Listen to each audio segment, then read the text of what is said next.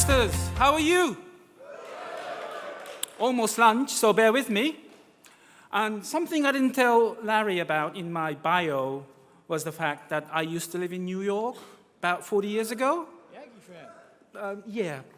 But I lost all the accent and I just speak in this British English, so I thought you wouldn't believe me, but I used to live in New York. And whilst I lost the accent, I still hope that I speak in the same language with you guys, the language of the working people. So brothers and sisters, thank you very much for this invitation. It takes a great pleasure for me to be at your 58th convention to speak on behalf of the ITF. Warm greetings from our President, Paddy Crumlin, Australia, and Steve Cotton, our General Secretary. On my way to your convention, I was reading the report from your last convention in San Diego 3 years ago. And I was recalling the conversations I had with Larry and your folks and the things we said we can do with you from the ITF. And I think we've done a lot since then. Over the last 3 years, every time I came to Washington, D.C., I made sure that I come to see Larry, my inspiration, my motivation to fight against all the attacks in the working people. We had meetings with multinational companies, as Larry said. Once we were at the first group's annual shareholder meeting, and they do freak out when trade unions show up because they don't really want us there. And we didn't tell them that we were coming, but we did. And they did say, oh, let's talk. We listened to you. We also had meetings with RATP, which is the company that owns McDonald's Transportation in the US. Again, the global HR manager said, we are ready to listen to you. I also had meetings with Keolis, and they say the same thing. But I have no illusion that these are all lip services. If you're not strong, they won't listen to us. And so the question is, how can we be strong? We have our foot in the door. They said they will listen, but then the question is, how do we make them listen? And in that sense, your Joint Industrial Council is a very important function. This is where you have your forum to identify the common issues between the different locals who have the same employers in the industry. In other words, you can build one strong voice against these multinational companies who diplomatically says they will listen to us. So let them hear you loud and clear, and ITF will always be behind you. Also, with Veolia Transdev, we helped Larry Cohen's union when they had their problems in Denver. Our French union CGT, and some of you have met our good colleague Alan Suter, they were persistent to make sure that the CEO meets with the workers in Denver, and the CEO in the end, he did. And he said, let's reset our relationship with our colleagues in the Communication Workers Union, just like they did with Larry 5-6 years ago when you guys had your problems in Phoenix. So when we work together, we can fight back. That's a very important message from the ITF to you guys. If you don't mind the slide up, please. Okay. At this moment, I would like to thank Larry and all of you for supporting our brothers and sisters in South Korea. Subway workers were on strike for 3 days last week. They were opposing this new payment scheme called the performance-related pay system that the government was trying to impose upon them. Can you imagine that your employer unilaterally impose a new pay structure that could mean less pay and threaten your job security? So the subway workers in 5 cities went on strike for 3 days, and the outcome is that this will now be a part of their collective bargaining negotiations, and that no worker will lose their job because of their performance. And you guys supported this strike last week.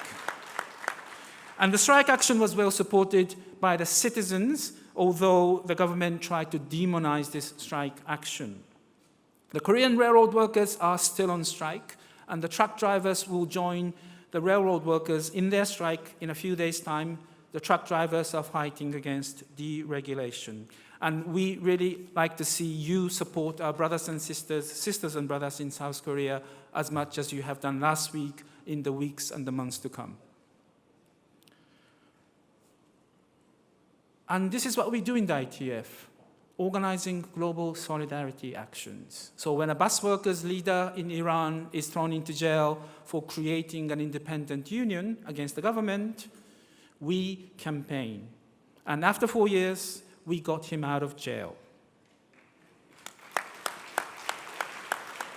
When railroad workers' union leaders in Thailand are unfairly dismissed because the management did not like the safety strike that the union organized, and these leaders are dismissed 5 years, but we campaigned, we fought back, and all of them got their jobs back last year.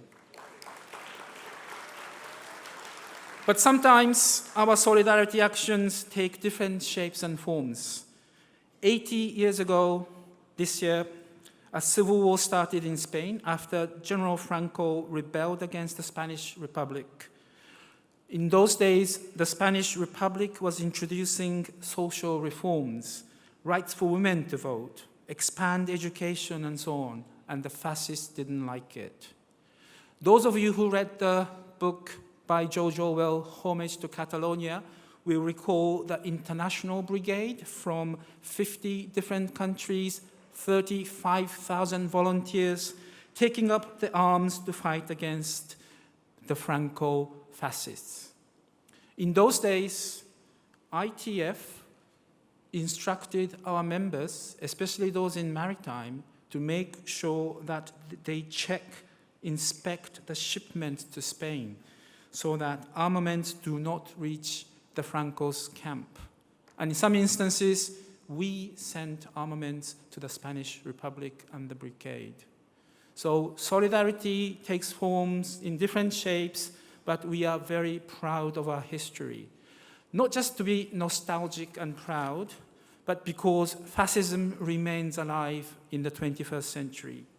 Although it tries to hide its true colors, true nature, the fascist-inspired beliefs still have their power to divide the workers, provoke racial and ethnic conflict, destroy trade unions, trample on human rights, and cause wars. That is why we want to remember and honor the bravery of the working people 80 years ago who stood up against the fascist regime in Spain. Let me tell you a little bit about our work program in the ITF. We had our convention 2 years ago, and we set a very ambitious programs to build union power internationally. For example, we want to organize all transportation workers along the supply chains, from where the commodity starts to moving all the way to the retailers. Where are the hubs and corridors that we can find leverage, the choke points to put pressure on the management?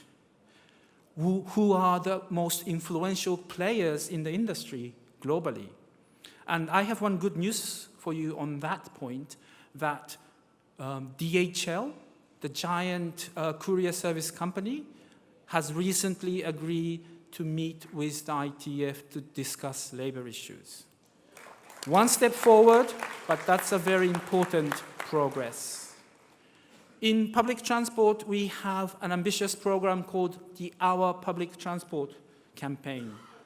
Of course, we are against privatization, and that includes the public-private partnership programs. That's the same stuff, right? And we help those unions, we fight with those unions who are opposed to privatization. But oppositions alone are not enough in our view, because privatization plans come back and back and back again. We need our own transport policy. We need an alternative to the neoliberal agenda promoted by the World Bank and those governments in the G7 countries. We need public transport policy not at the cost of the workers like you guys and the traveling public. But in order to make sure that our voices are heard, we need strong unions like yours. And that's why I congratulate the 3,000 new workers who joined your union last year. Congratulations. Not so many unions can do this, actually. But we need our strong voice to let the politicians and the employers listen to us. That's the third point. Mobilize and organize to build strong unions in your organization, but also internationally. And of course, is this transport policy just about trade union issues and our criteria? No.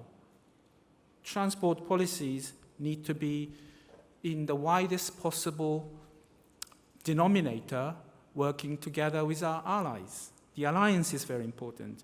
And again, congratulations to your tireless campaign to build your riders' coalition. Something, once again, not so many unions around the world have started yet. And therefore, we would very much like to work together with you. And I would like to thank Larry, who has offered us, the ITF, to use his Tommy Douglas Center to hold a special meeting about this ITF, our public transport campaign strategy, next year. We would have 20 or 30 participants from all over the world coming to the Tommy Douglas Center, and we would very much like to see some of you joining this meeting through the international office. And also very much appreciate your new initiative on the climate change and the Climate Change Committee. We have some working relationship with an organization called the UITP, which is the Global Association of Public Transport Authorities and Companies. And one of the key topics in our discussion with this UITP is climate change. And the latest proposition from this organization is that the ITF could work together in their initiative where they have collaboration with the key mayors around the world who are pro-climate change. So once again, through your Climate Change Committee, please advise us and guide us as to how we can push this very important agenda forward. Lastly, but not least, Uber. I was in a taxi the other day in London, and I said to the driver, "What do you think about Uber?" And the driver said, "Do not use those dirty words in my cab." You know, this company brags a lot about businesses in 70 countries around the world, more than 500 cities. But did you know that local authorities or national governments in almost 50% of those cities and the countries Uber operate, they have said no to the Uber business model at least once. 50% of your operations, the people saying, "We don't want this." What kind of business model is this? That's the first question we pose ourselves. Uber use 21st century technology, but they promote the 19th century working conditions, and they promote the employment relationship that we fought so hard for the last 200 years. We cannot let them destroy our industry, destroy our working conditions, and destroy our rights. Uber creates precarious jobs and turn formal economy into informal economy. ITF is not against innovation. Apps and online taxi booking can modernize the taxi industry. But nobody is above the law. Uber is not above the law. And if they want a place in the transportation industries, they have to follow the same rules and regulations as we do all the time. We believe that Uber drivers are employees and that they deserve to be paid the minimum wage. I started my speech by stressing that the ITF is a solidarity organization, that when economy becomes global, labor movement needs to be global too, that an injury to one is an injury to all. But allow me to say that an injury to one is an injury to all isn't just about leaders in the unions thrown into jail, like the case in Iran. Something that Nina said on the first day, sympathy and empathy. Something that you guys are fighting for, your dignity and your rights of your members, for instance, who are assaulted at workplaces. What hurts for your members hurts elsewhere, in Tokyo, in Johannesburg, in Paris, or Buenos Aires. And I want to create a movement with you through the ITF and ATU where such sympathy and empathy are the driving force to change this world. Dignity for the public transport workers, dignity and their rights to be protected and promoted through empathy and sympathy.